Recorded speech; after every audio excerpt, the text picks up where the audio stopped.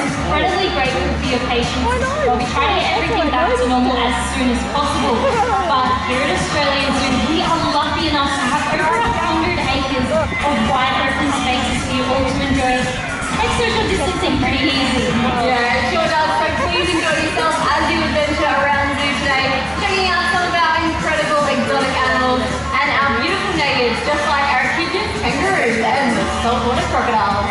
So Taylor, I'm in a pretty good mood, and you look like you're in a pretty good mood too. So how about we give away some free stuff?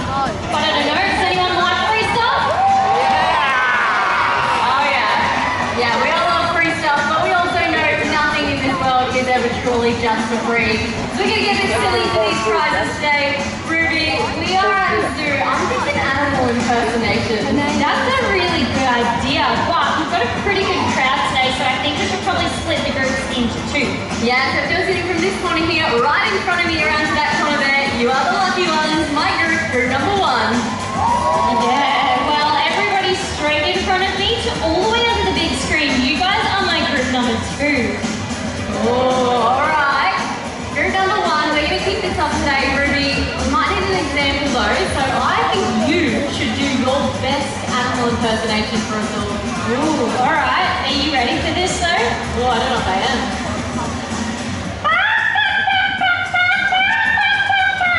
Yeah, you're really good at that. I think you practice that when you're don't you? Alright, group number one, Ruby has spoken. On the count of three, we want to see your best chicken impersonation. And the funkiest chicken we see today is going to win a prize. Want some free stuff out of your seats. Funky chickens on 3, 2, 1, go!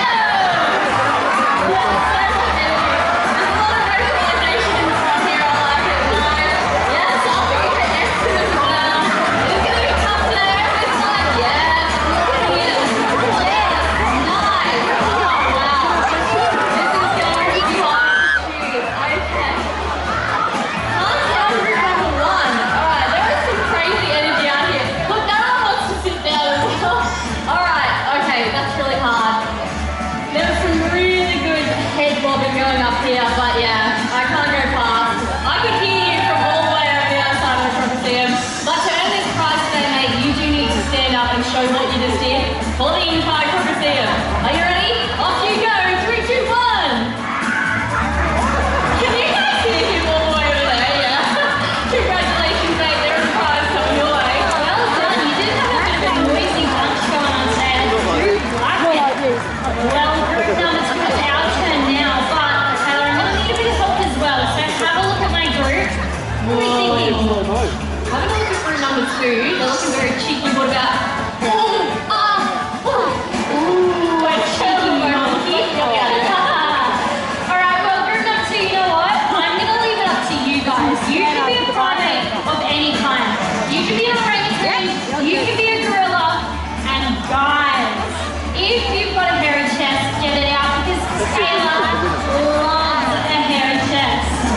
Alright guys, standing up for me, giving me your best primate impersonation on 3, 2, 1, go!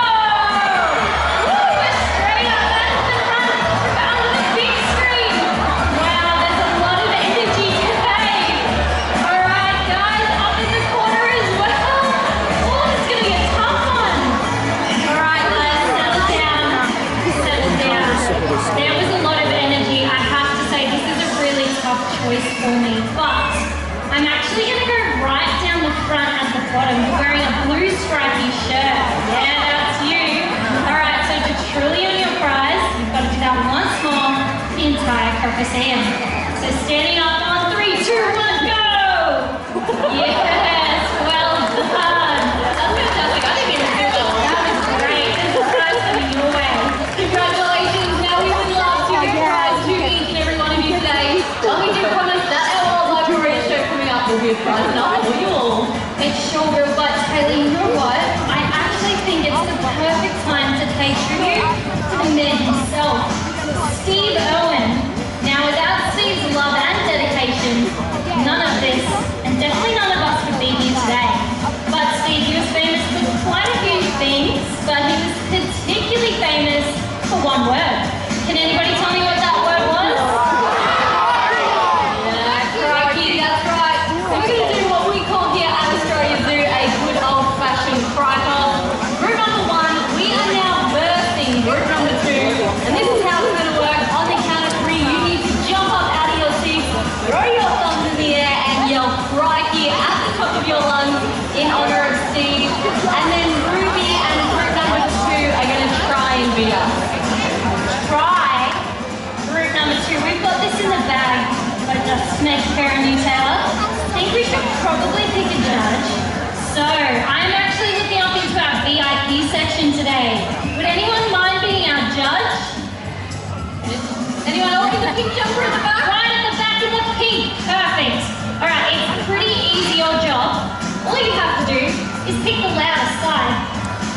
get the loudest side.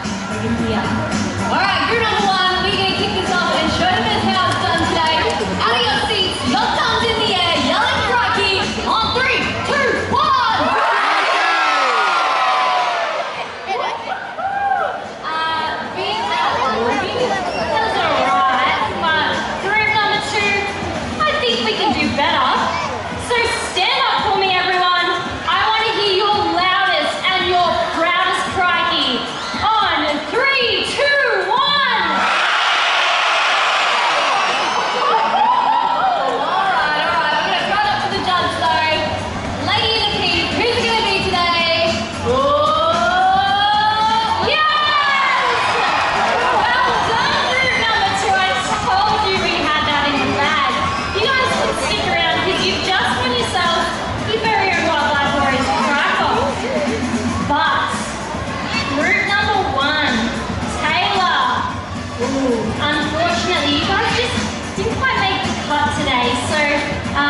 You need to stand up, take Taylor with you, and leave. Oh, come on, Ruby, that's a bit harsh. Group number one, are we going to leave? Yeah, I didn't think so. Do we come here to see some wildlife? Well, that's lucky because these marbles flying over your heads are our beautiful cause. These birds are native to Central and South America, and these colourful characters are there are 17 different species of croc, ranging from the size of a small parrot all the way up to a hyacinth, which can grow up to 1 metre long. And they all have unique personalities and looks. Those feather lines on their faces are just like our fingerprints, which means they're unmatchable to any other. Unfortunately, because of their beauty, these amazing birds are being stolen from the wild and sold as pets. But you can help to keep them flying free by always saying no to these illegal wildlife traps. And trust me, you don't want a pet bird that lives to be 100 years old, but remains forever as hyperactive as a 5-year-old child. Taylor, I think it's time we take it from feathers to scales. Yeah, good idea. Now check out the snakes making their way through the Crocodile. Here in Australia, we're pretty lucky because we are home to more species of venomous snakes than non-venomous. These snakes joining you are of the non-venomous variety and have grown up right here at the zoo, which means they're feeling pretty comfortable around people. We gotta get the fucking binge up. The only way that they can protect themselves is to bite. So it makes sense that most people who are bitten by a snake are either trying to catch or even kill it. Now, fortunately, first aid for a snake bite is simple and effective. If you follow these next simple steps, you can even save someone's life. Well, Taylor, we should probably acknowledge the elephant in the room. So Aiden has just graciously volunteered to be our snake victim for the day. So Aiden, you need to keep calm, but most importantly, keep still. The more you move around, the more venom is going to circulate through your body. But the next thing you guys will need is a compression bandage. Ruby, did you pick up the bandage again? Put it. Oh, you know what? Lucky I have someone who's going to be able to help us out with that one today. Oh, he's dropped it. Well, it doesn't look like Luca is going to deliver my bandage, but you know what? If you don't have one handy, a piece of clothing or even a belt can do the trick. So once you do locate that bite site, you need to wrap the area 3 to 4 times before covering the entire limb. Now just remember, you never want to wrap it so tight that you cut off the circulation. You just want to use the same amount of pressure that you would on a sprained ankle or a wrist. Now once your patient is all bandaged up, call an ambulance. Make sure they stay calm and still, just like Aiden has, and remember to always let that help come to you. Yeah, excellent advice, Ruby, but Aiden, don't you have a heap of work to do? And we've got to get out of here because Crystal's going to take you all to the skies. Thanks, guys. Now that's right, if you do keep your eyes peeled to our Australian skies, you may be lucky enough to see one of our beautiful brightly flies just like Byron. Now check out this guy. He's what's known as a bird of prey. Now he isn't just any bird of prey, he's what's known as a raptor. Now, to define a raptor, you do have to possess 3 key features. The first is excellent vision, the second is a hooked and curved beak, which they use to rip apart their predators, and third but not least, nice front talons that they use to catch and kill their predators. Now, what we're demonstrating here is what's known as eating on the wing. Now you guys would have seen Byron catch a piece of food, pass his foot to his mouth, eat it, continue to fly. Now that does conserve energy, and it helps him fight off any other birds of prey that protects his food. Now we'll get him down to the glove. Now you can actually check him out. Have a look at his two-tone coloration. Now that's how you can distinguish these guys apart when they're out in the skies. Now, he's a raptor, but he does hang around waterways, and he does a technique known as raking. So that's where he'll fly really low over the water's edge. He'll chuck his little talons in and he'll try and fish for his food. Now, if he had feathers going all the way down his legs, which he doesn't, luckily for him, because it would weigh him down and he wouldn't have very good success at fishing at all. But from aerial to aquatic, we open up a whole new world of hunting, where some species of bird, well, they can swim as deep and as fast as a fish. Now that's exactly how cormorants, just like these two, will catch their aquatic meals. Now Albert, he's the larger of the two, and he's what's known as a greater cormorant, whereas Scuba, the smaller of the two, you'll notice that she has that beautiful two-tone coloration. Now she's what's known as a little pied cormorant. And as you can see, they're both perfectly designed for life in the water, as they do lack that water-resistant coating on their feathers that many other birds do have. Now the birds you've seen today, they do rely heavily on our waterways for their survival. So that's why it's so important we play our part to keep our waterways clear and cleaner rubbish, ensuring future generations to come. But you are one very lucky audience, as we're about to introduce the most interactive bird that we have right here into the Croc Museum. And it's not Cassidy, it's our feathered friend, Beerwah. Take it away. Thanks, Crystal. G'day everyone, this is my mate Beerwah, and he's a beautiful red-tailed black cockatoo. Now not only is he trained to fly from point to point, but we've also trained him to fly from person to person. And to demonstrate this today, I'm going to need the help from an adult volunteer in our audience. So, who here would love to meet Beerwah face to face? Oh, come on guys, that's it. Who wants to meet him? Yeah, that's it. Alright, a lot of enthusiasm. I'm going to go with the lady double hand wave yellow shirt. Can you stand up for me? So This is going to be sweet. It's going to land right here. That's good. Alright, now what I need to do is reach into your wallet and pull me out a $5 note. Now I can hear a few laughs, but we really do need this note. Because Beerwah, he doesn't know this person. And for this reason, we trained him to fly to a common everyday object, which just so happens to be the title of the note. How'd you go? Perfect. Now what I need you to do is fold that note in half for me. Then in half again like a little rectangle. Perfect. Now place it nice and loosely between two fingers and hold it straight out to the side. You guys should see this note and know exactly who to fly to. That is cool. I love this man. Actually, is there anyone over here for 20? Just kidding. I will get this one back up too. If you could stand back up for me. Place one arm out to the side. Actually, let's make it really easy on your light today. Can you place both arms out? Perfect. Now, flap really hard, fly down and grab it. Nice, so but that was you on the big screen. I'm just kidding, I will get it back up to you. If you place one arm out to the side for me, palm facing up like a landing platform. You're always going to return this one via airmail. Once he places that note in your hand, close a few fingers over it. And thank you very much. That was your amazing.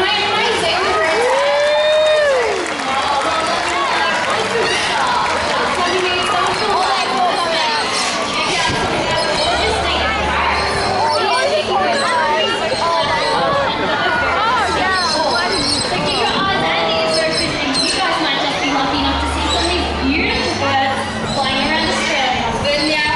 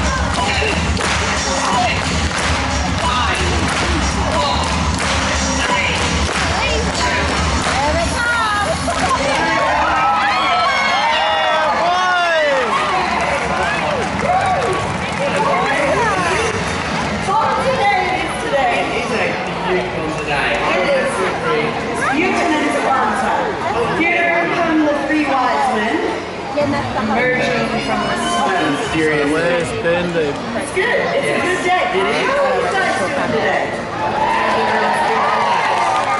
You are all looking good, very socially distanced, or as I like to call it, spaced out. Yes, very well spaced out. Spaced out. Yep. Yes. And we have burst your bubble. We have actually added another region, Yes.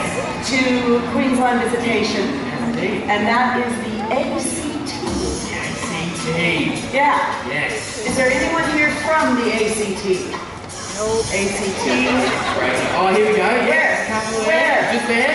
Good on ya. G'day. Oh, there they are. We're so glad you both came. Glad you got the memo. Cool. We're open. Thank you. We love the ACT. It's beautiful. Nation's capital. It is. Yeah, kind of chilly. So who here's on school holidays? Excellent. Excellent. That's good. And I'm just wondering, one last thing. Who is visiting Australia Zoo for the very first time? Yeah. Awesome. There's quite a few people. Welcome. And we'd love to welcome back everybody who's been here before. We do have some special things happening today. We have, first of all, you may have noticed, Bindi is missing. She is missing. And let me tell you, if anyone ever goes missing, do you know who'd be the best to find them? Who? New Idea. Yes. That's who I'd call. Very true. I would call them immediately. But we do know where she is, so it's okay. Yes, we're not going to find out. No. For those of you who don't know, Bindi and Chandler are expecting. Where are you, Bill? And that little girl baby is making her presence known. So Bindi's feeling a little bit weird. Yes. And the rules are you can't feed crocodiles if you're feeling weird. Very true. Okay, yeah. We do start young here. She's starting that baby as a tiny little fetus feeding crocodile. It's true. Good idea. How old were you when you first came in and fed a croc? I was 1 month old the first time I was in the Crocodile. It wasn't controversial at all. No. It was memorable. And I think it's going to be so exciting when Chandler gets to carry on that Isn't he tradition when fucking the well little baby's started? first 1 month. We'll do it all again. I see nothing wrong with that. Possibly go wrong. Nothing. Oh, my days. For sure. Speaking of sweet little babies, we know your sweet little baby is here. Yes. That's right, Harrison, your mother is in the crowd. Where are you, Mrs. Harrison? There you are. Harrison actually is more than just good at crocodiles. The other day, he brought in a special treat for us while we were filming. He did? Yes, blueberry muffins. Yep. He claimed he'd been up all night baking. And those muffins were delicious. So if he wasn't lying, you're probably why he's such a good baker. Or he was lying. One of the two. But thank you for being here. Harrison is awesome, and I know that's your fault, so thank you. He's terrific. Now, we also have another little surprise. Every year we do crocodile research in far north Queensland, and we have someone who organizes the whole trip. We have to take fuel and food and traps and trucks and people and all this stuff to go catch crocs and track them and learn about them. And so there's this one guy who organizes the whole trip every year, and that's Luke. Luke, stand up because you're amazing. So this is Luke. Big hand for Luke. It's a huge logistical event, especially during COVID because everything was closed. So well done, Luke. But Luke has never actually hand-fed a crocodile before. So today's the day. And speaking of new ideas, should anything go horribly wrong, keep your cameras rolling. Yeah. It's going to be an awesome show. Yeah, get a little extra coin. Yeah. Okay. Who are we feeding today, Harrison? I figured just to keep Luke on his toes, we might do Scrapper, who's the quickest croc that we have here and the newest in the croc scene. So, Good one to learn on. what could possibly go wrong? Scrapper. Sounds good. Scrapper. Oh, Luke. Was that your idea? I'm Yeah. telling you, Mother, this is like the scariest crocodile. Look what he's doing to poor Luke. Just 2 thumbs up. Yeah. All right, we're going to go to the big screen. We'll watch do it. Scrappa coming out. Oh, look, he's already angry. Scrappa is a really interesting crocodile because every morning he wakes up at puts on his angry pants. So he's not a huge crocodile, which means he's still relatively quick on land. And he just hates everything. So see how instead of just swimming out, he looks up and goes, "Can I kill you? No." And then he'll swim a little further and look up, "Oh, can I kill you?" There he comes. And so this is his whole deal. He's hilarious, and every crocodile has their own personality. Look, here he comes again. How about you? Can I kill you? No? Okay. And in Cape York, or the Northern Territory, or the northern part of Western Australia, crocodiles don't run around like Scrappa going, "Who can I kill?" They're pretty secretive animals, and you wouldn't know it to look at them, but they're very loving to each other. The males and females go through courting, they're very sweet to each other, and the mothers are very protective of their young, a bit like Harrison's mom, really good mothers. And these are attributes you don't readily recognize in crocodiles. When you think Croc, you usually think Scrappa, because he's truly, he's just come out onto land, and he is running through the canal. Legit. He's running through the canal. He is at the, can you get on that, Amy? Do you have a camera there? Alright, so probably don't be near the water's edge. Whatever you do, don't go in the water with the Croc. That'd be dumb. Yeah, you can see as soon as I get in the water, he was pretty stirred up. He's given his tail a big couple of flicks. I reckon so. You're sharing good luck. Nuts! What are we doing? Come here! Okay, Harrison, save me! Run, Harrison!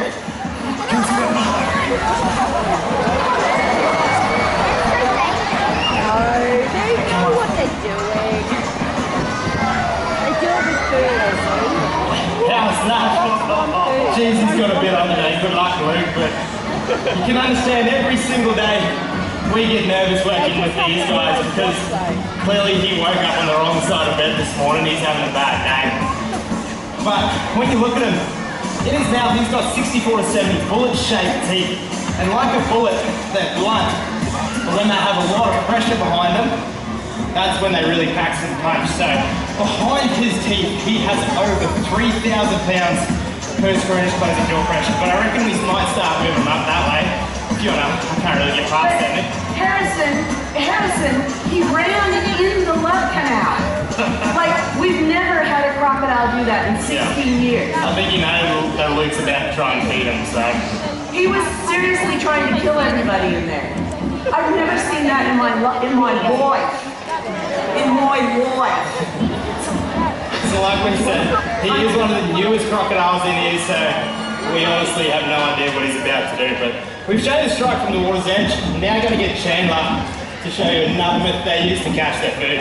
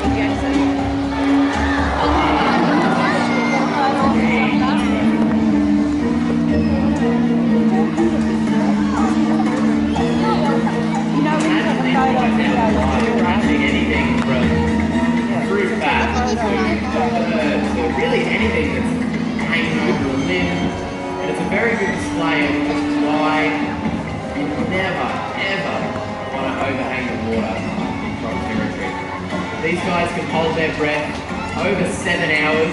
They can literally be a croc completely hidden in murky water most of the day, and you have no idea. They are truly amazing predators.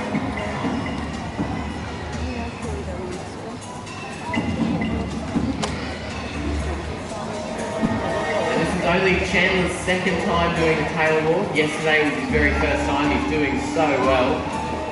It's always pretty exciting looking right down onto it.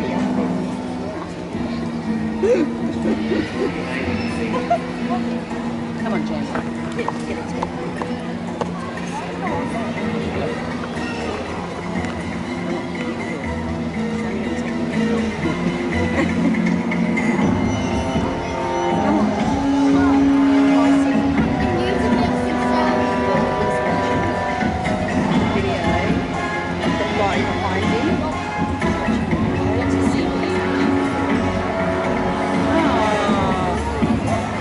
Buddy.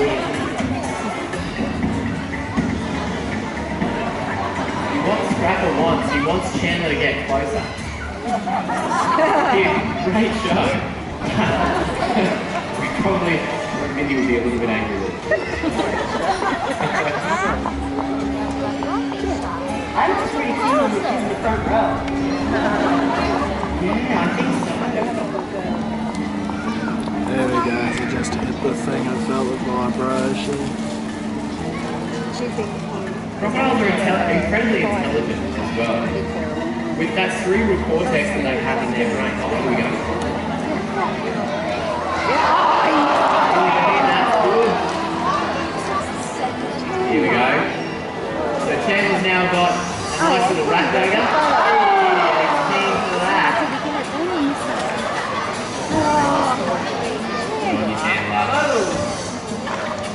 Alright, you're up, Luke. Oh dear.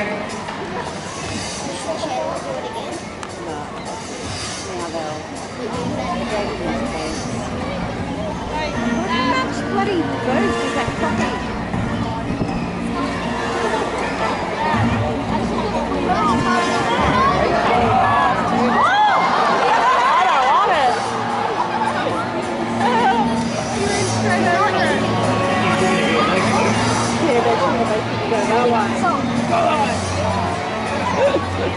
Okay, everybody, how good was that? Nice. That is not an easy thing to do, but now that he is out on land, you can have a good look at him. You can see how he's designed. He's got a big round belly and only short little legs, so out here on land, he's very, very slow. And that big tail, in the water, it propels him at speeds of about 28 kilometers per hour. But out here on land, it just acts as a big old handbrake. And like I said, he is one of the fastest crocs that we have here in the Crocodile. You can see they were easily walking backwards quicker than he could come forwards. But even if I get further away from him, but closer to his water, that's when he starts to react. Because that's when he knows he has a chance. Get him back in the water one more time. Like I said, he is super quick for a crocodile out on land, but you can easily outrun him. So to stay safe, all you have to do is follow a couple simple guidelines, really easy stuff that we do every single day working with them. So the first rule is stay right back from the water's edge. We say about 4 to 5 meters, and you'll avoid the strike from even the largest ever recorded crocodile. The second rule, definitely never enter the water. That's a big old no-no, but like Chandler showed us, do not overhang the water, and you'll never come into conflict with a large male saltwater croc. But we've shown you a couple of their behaviours, how they work, so how about we try and put that all together and give them some natural behaviours, eh? So you reckon, Irwin? Alrighty. Go, Robert. It's been a great 16 years. You reckon? Alright, so we're going to watch Scrappa grab that piece of food and instinctively he's going to take it back into the water. What Robert's doing is he's simulating a struggling animal. Death roll! 2 death rolls! Sweet! We got 2 death rolls right off the bat. 3 death rolls! Oh, that was a violent one. 3 death rolls. I feel like an auctioneer. Do I hear 4? Will I get a 4th death roll? 4 death rolls! Mate, all I can think is don't get grabbed by Scrappa. That is so scary. Good job, Robert.